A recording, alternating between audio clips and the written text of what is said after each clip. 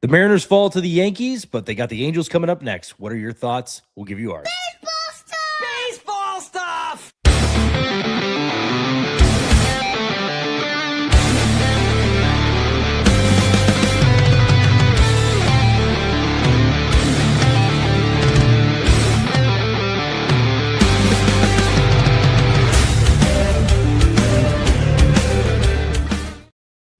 Welcome back to Up West Sports. We got the usual crew in the house, Emily, Kyle, and myself. Yep, it's been a week, and honestly, we talked a little bit about it on our previous episode. We're used to a slow start as we kind of get things going. The month of months with an S of March and April are usually pretty slow, and it's usually pretty slow for one of our best hitters in Julio Rodriguez. You just don't usually see it from the entire middle of the order. We're getting other production from everywhere or from the other part of the lineup. So, yeah, wanted to jump in to your guys' thoughts. We covered the Yankees series in our previous episode. So if you haven't seen that, make sure to double back. Check that one out. We talked about a lot of the ups and downs and just things to be positive about. We try and keep it positive, and it's early. But wanted to get to everybody's thoughts going into this series. I'll first break it down with who we got matching up. Let me go ahead and share this with everybody so we all have an idea. On tomorrow night, we got Brian Wu taking on Reed Detmers. And notably, Reed Detmers only went 4 2/3. He gave up a handful of runs. It wasn't the greatest outing. However, he did collect 9 strikeouts. So the swing and miss, or just, the ability to strike out, is definitely still there and worth noting. And then followed by Saturday, Emerson Hancock taking on Jack Kokonovich. And then Sunday, Luis Castillo taking on Ryan Johnson. Kyle, we'll start off with you because I know the pitching has been something that we were talking off screen. We're going to kick it back to that. What are your thoughts going into this series? So from our pitching, I mean, they've been lights out. I mean, minus the one start from Logan during the Yankees, which wasn't terrible. It wasn't exactly great, but. I mean, you look just in totality of what we've done so far through 7 games, looking at the numbers, we don't have a single pitcher with a ERA north of 9, which you're thinking, well, 9's terrible. It's like, but think about there's only been so few innings. A lot of these guys, especially the relievers, haven't done a lot. So the fact that, our ERAs are that low tells you we're playing very competitive games. All of our games have been competitive. And you look at what our starters are doing. I think if you were going to spring training going into the year, you were probably the most nervous about Luis Castillo, and he put out a turn the clock back performance in that game. His fastball I thought was elevated in terms of velocity. Everything was moving out of the same slot. I mean, guys were having trouble, and he was pinpointing, and it was phenomenal to watch. It was. To me, it was just kind of a throwback. And I think maybe we talk about spring training being that time where people are trying to figure things out. Maybe they're trying to work on adjustments. It really looks like that's what Castillo was doing. And then you talk about Wu. Wu does what Wu does. I mean, you can't really say much about that. And then I think it was like Hancock has the series finisher, correct? Yes. Yeah. Yes. So, again, I don't think we have to say much more about what he did in his first start. It's just, the guy can do anything close to that. It's going to be a good day for the M's. The problem right now we're dealing with is, we're having such a good start with our starting 5. It's the starting 9 that have kind of been the enigma, which, again, not all of them, but kind of the heart of those 9. But we can talk more about that here later. But pitching, not a problem, not worried about it. They keep doing what they're doing, and I think we're going to start seeing that record flip back the right direction and then continue to stay in that direction. Absolutely. And before, Emily, we get right to you, we got somebody in our chat. We love that. We love you guys stopping by. Insert for flight. Thank you for stopping by. Thank you for commenting. Let us know your thoughts on the previous series, and let us know your thoughts on the upcoming series. We love to treat our lives and give anybody that wants to, a chance to talk, to give their thoughts, and we'll definitely react to those as well. But Insert for Flight, thank you for being here. We love fans. We love new fans. We love anybody that's interacting with us, because we're all the same here. We're all Mariners fans, just trying to talk some baseball and enjoy our off day. All or I guess not enjoy our off day, just find ways to fill our off day is probably the best way to put it. Emily, let's kick it over to you. Thoughts on going into this Angels series and just, general, where are we at? Yeah, I mean, as much as our first homestand was really kind of discouraging with the way it all kind of panned out and just seeing some of our favorite guys not doing what we'd hoped they would do. I really do think that a move to a warmer location is going to be really good for some of our guys who I think just haven't quite been able to get barrel on ball the way that they normally would.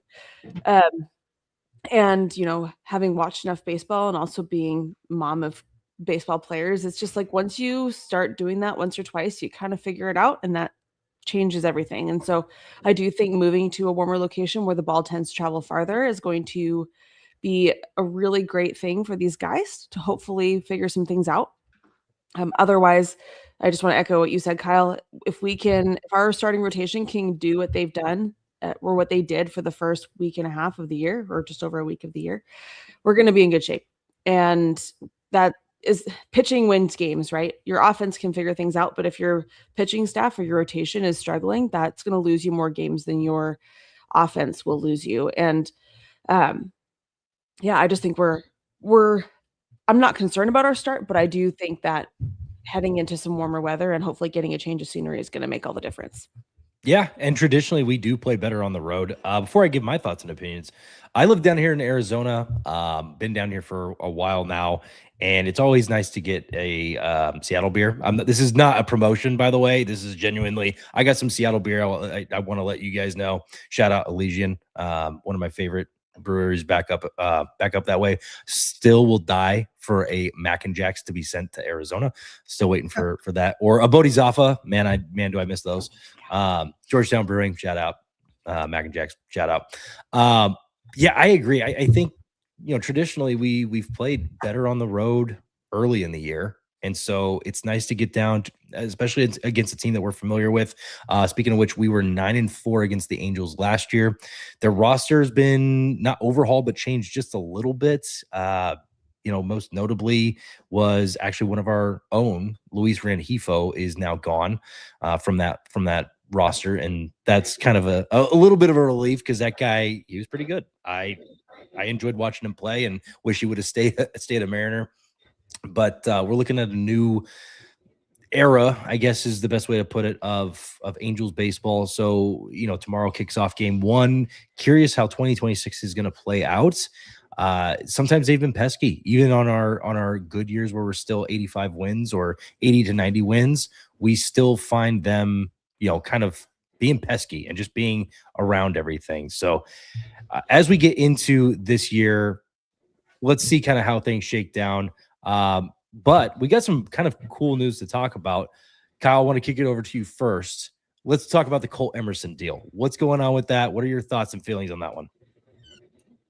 I mean, the guy's a talent, right? So we got 8 years, 95 million. I think I might got those numbers butchered, so I apologize. But I think it's 8-year, 95 million with a 9th year option, I believe is what the 9th year was for. Full no trade clause, things like that. Okay. So I mean, it's a massive deal. And it's definitely showing the Seattle faithful who they expect to be at shortstop for nearly a decade. And while the last time the Mariners pulled this stunt with Evan White, it didn't fare so well. I think Colt, he's a bigger talent. I think he's got more upside.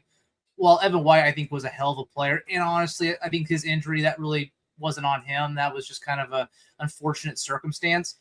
It's, it's a gamble, but it could be a gamble that we see pay off. And again, you're seeing what he's doing already in AAA. He's been very, very successful. And so he's kind of doing what you would expect of a guy that, well, potentially you're commanding a salary, you're commanding a contract before you even touched major league dirt.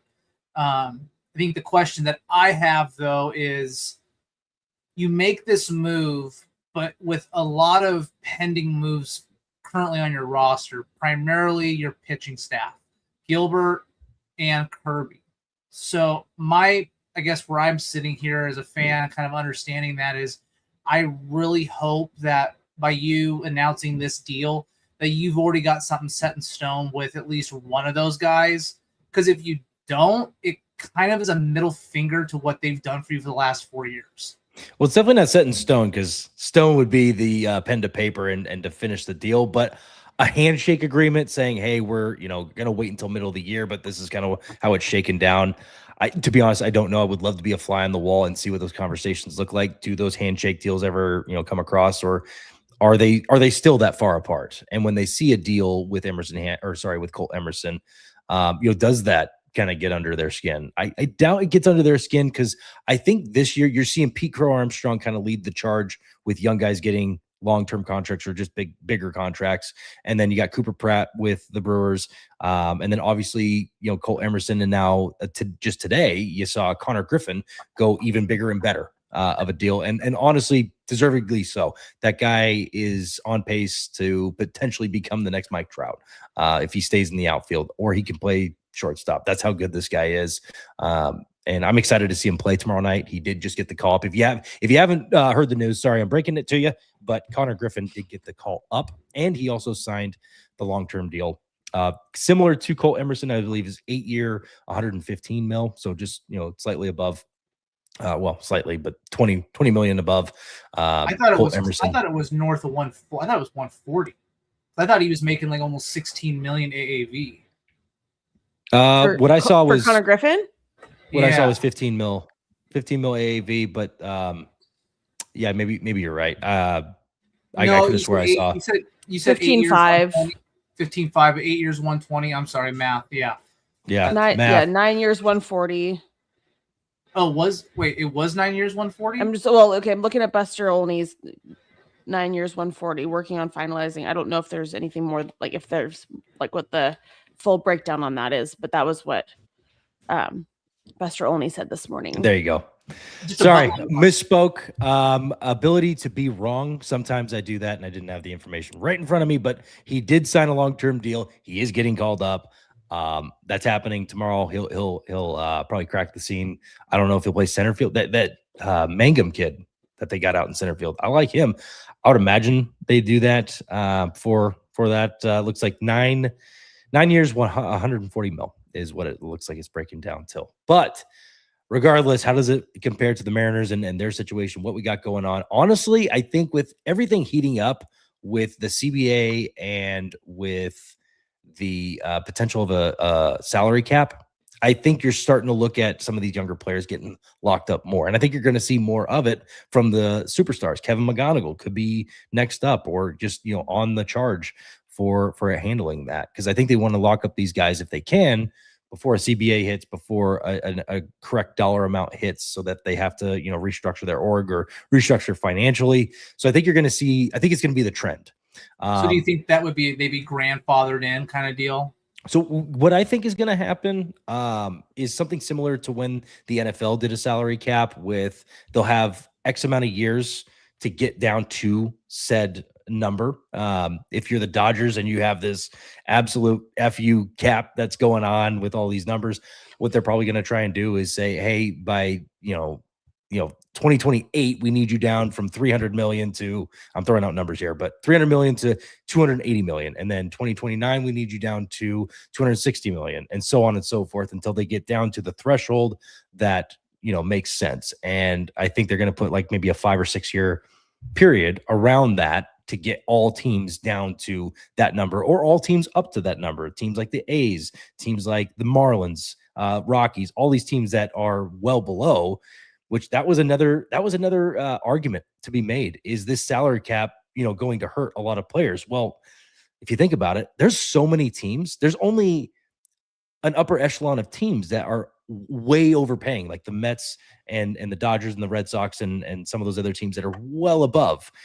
There are a majority of teams, 10 plus teams, that are incredibly below what the said threshold was, which I believe the bottom of the threshold, the floor, was 160 million.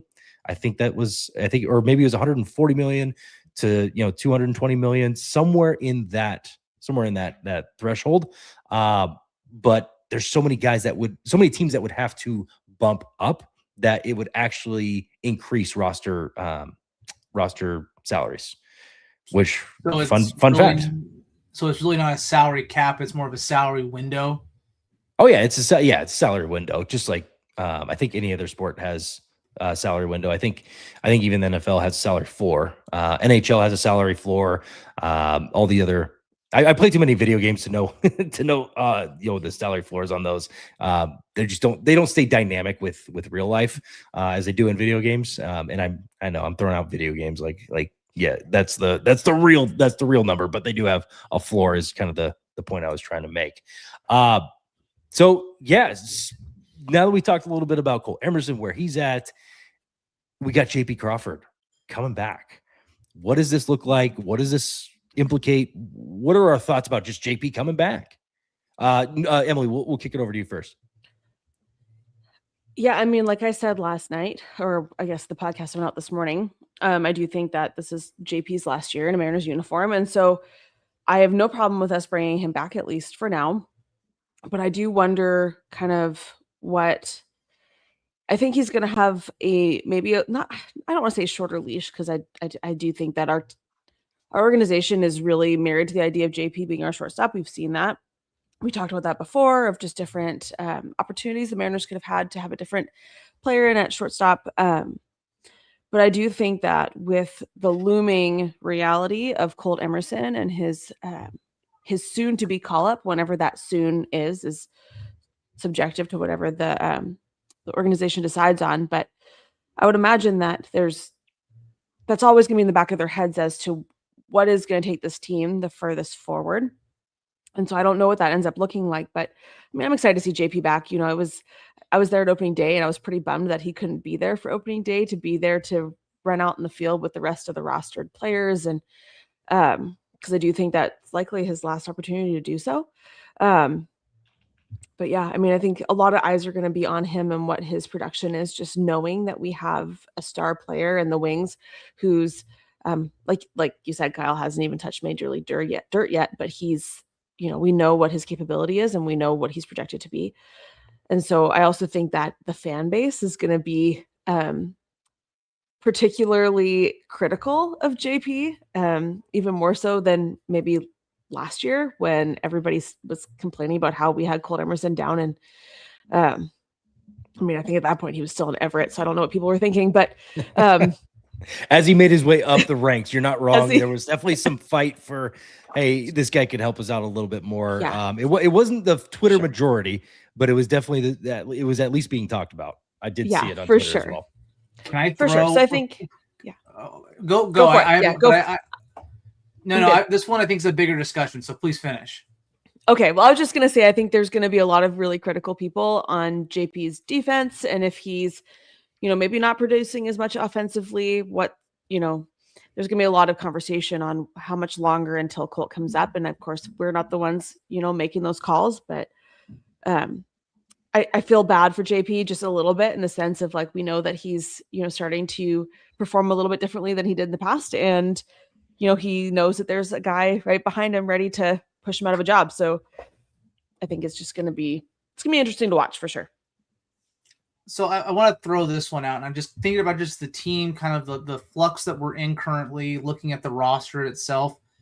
What would be from 0 to 10? How crazy it would be is, you slide Colt Emerson at short, you slide JP into third, but before you do that, you put him as the DH. So you've got Colt at short, you got Donovan at third, and you got Rosarina in left, JP at DH. So that's how you start it when he comes up. Give him time for his shoulder to heal.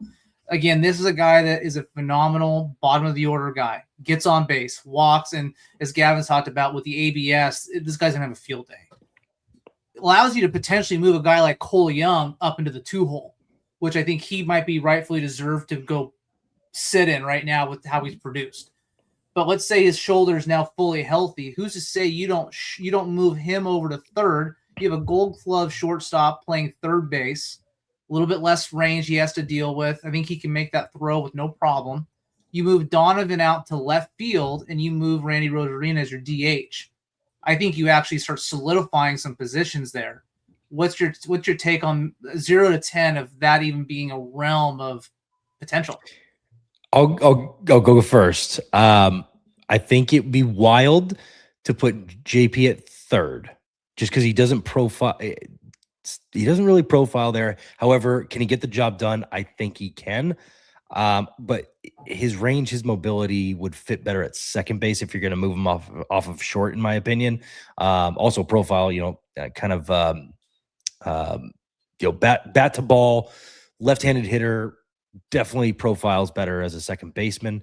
He's kind of I'm not going to compare him. I was going to say a left-handed Alec Bohm, but Alec Bohm, I think, does some things a little bit better. And I don't see it.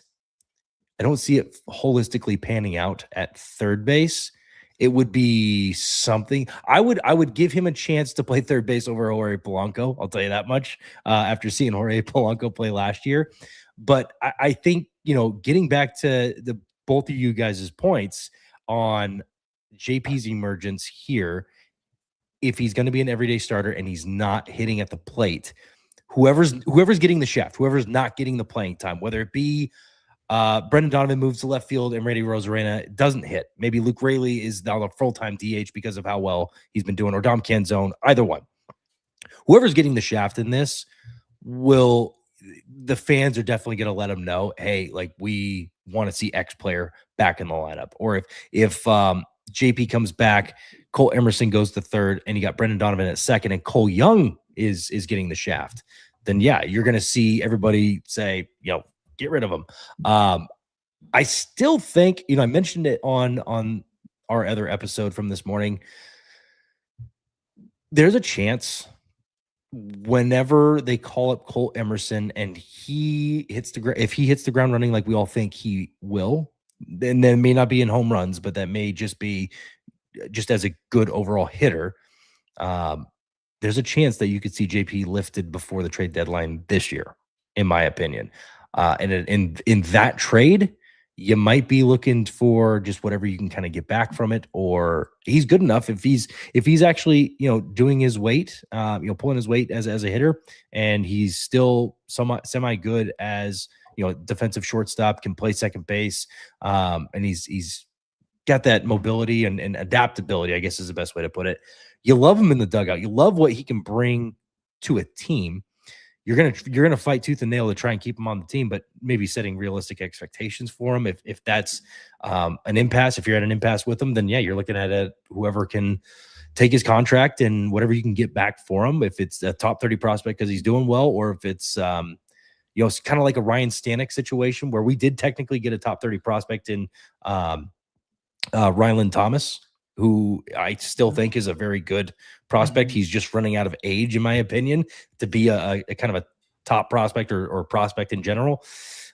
You could be looking at a situation like that, value-wise. Completely different situation for, pitcher and where he was at in his career and all that stuff. But value-wise, I think you'd be looking at kind of something similar to that. I would be interested in to see what the full trade would break down to, or they've shown him love in the past. There's a good chance that they're not even thinking about moving him until the end of his contract. And this is our starting shortstop all the way through the World Series if we end up getting there. What are your guys' thoughts on if he's the starting shortstop for the rest of the year? Is that the game-winning formula, having him at shortstop to get us to the World Series, which is our goal? Emily, we'll kick it over to you first. Come on, if Colt is the shortstop or JP? No, JP.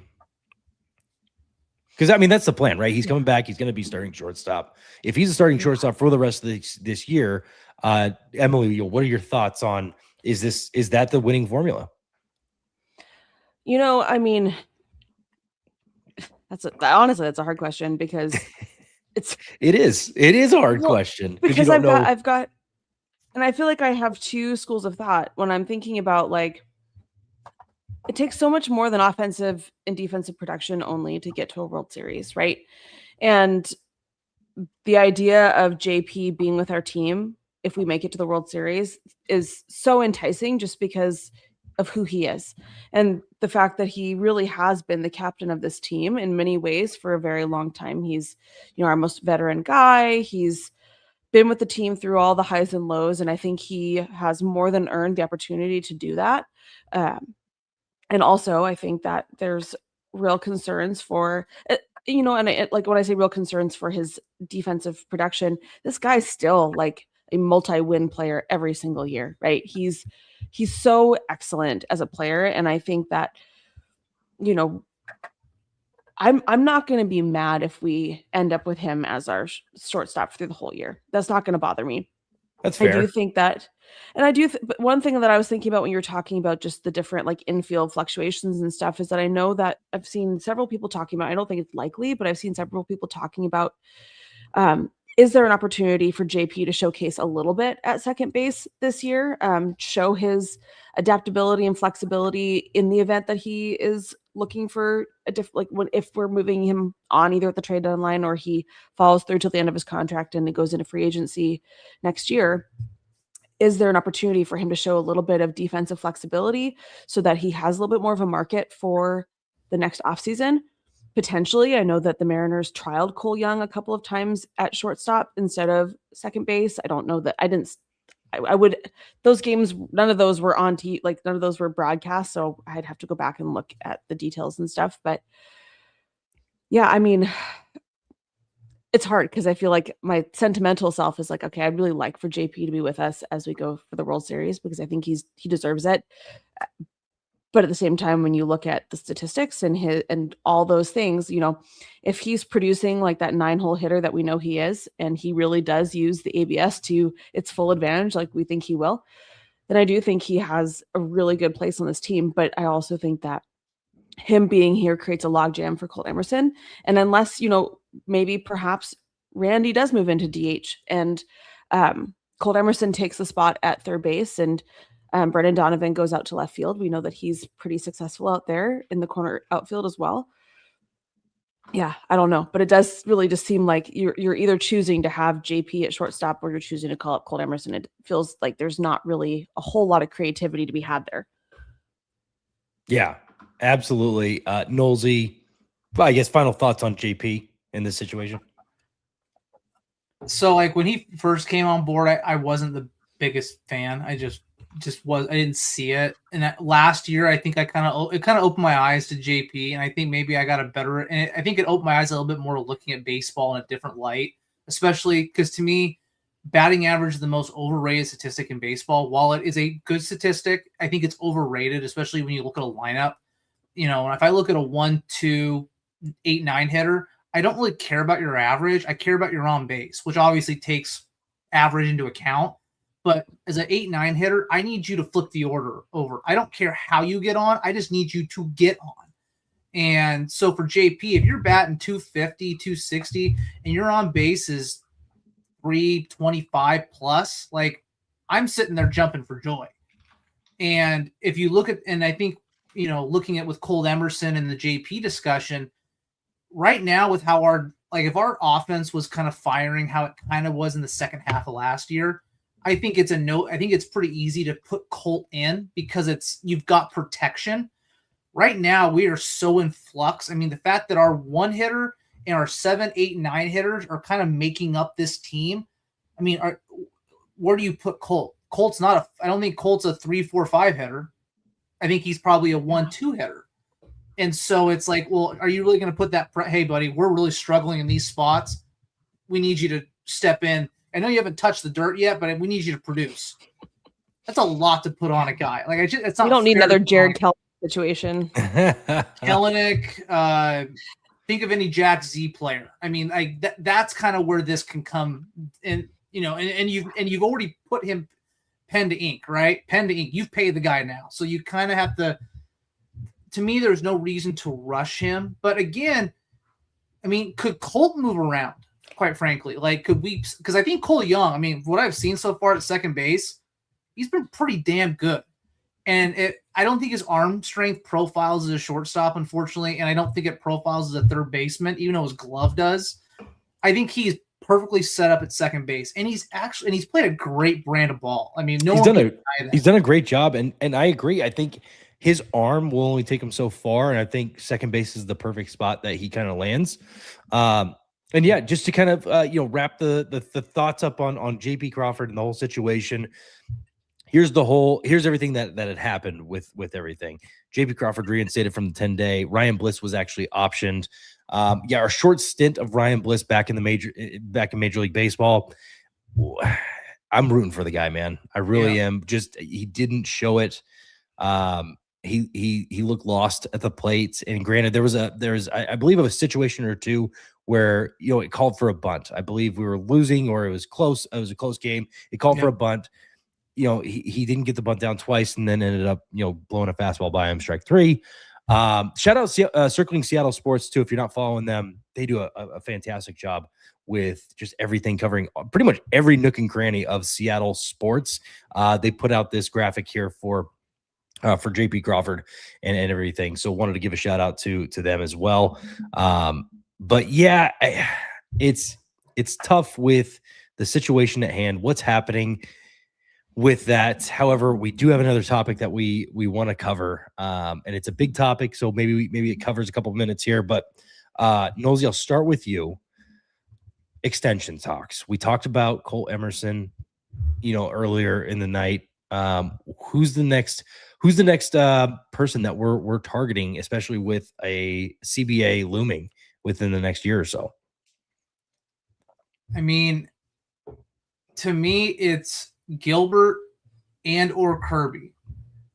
More if you're putting a gun to my head and said pick one, it's Gilbert. I don't think Kirby. Again, Kirby's an East Coast guy, so I'm not going to fight him on that. Like, I think he wants to get closer to home, and you know what? I can't blame the guy, right? I mean, when we all graduated college, we all kind of went back home, right? We kind of missed home. Now, Gavin, you went a little further away, but you were here for a while, right? Like you got your fix in. But I just think it's got to be Gilbert, and to me, you owe it to your pitching staff. You owe it to them because they've carried this team while we waited for the Julios and Dipoto in our organization to bring in the pieces to kind of create this team. He waited for Cal to kind of come through. So to me, you owe it to that pitching staff to say, you know what, we need to invest the money in you because you've done so much for us. It can't be I get nervous sometimes thinking, is it going to be the comparison of the, in the NFL? Hey, we gotta, you gotta win it with a rookie quarterback, right? On a rookie contract or their first year contract, because if they're any good, once that contract comes due, you're not going to be able to be productive because you owe them, half of your salary cap. So obviously that's not the case here, but I feel like we got to take care of, and we're known to take care of our own. When are we going to see it? Because to me, when you're signing, again, Cole Emerson, great talent, but again, to me, the optics, I hope there was a handshake deal in the background to say, hey, you're going to see this come out. Like, we've got you here, or at least they even had that conversation. Maybe they're just waiting for timing. If you don't, I just think it's a complete disservice, especially if Dipoto being a pitcher, as a career pitcher, it's a disservice to what you made your name in. So we'll see. If you don't sign one of those two, it's going to look bad, in my opinion. Yeah, and to finish off, I forgot there was one more thing that happened. Ryan Lotus was placed on unconditional release waivers, and I believe this one was actually retroactive to the Cole Emerson deal. When he paid him that money, yes, you had to add him to the 40-man, and so that was part of that. But this was everything that had come out on Mariners PR. So wanted to wrap that whole thought up with everything. But yeah, this is it's an interesting topic. It's an interesting situation. Emily, what are your thoughts on the next extension?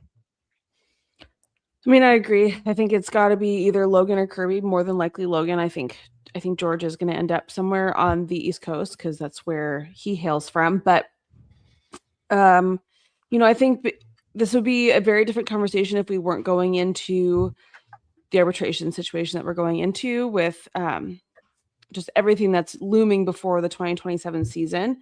I think you have players who it's going to be interesting to see how it shakes out, because I think, the players know that they're losing a little bit of leverage with how this is all going to play out.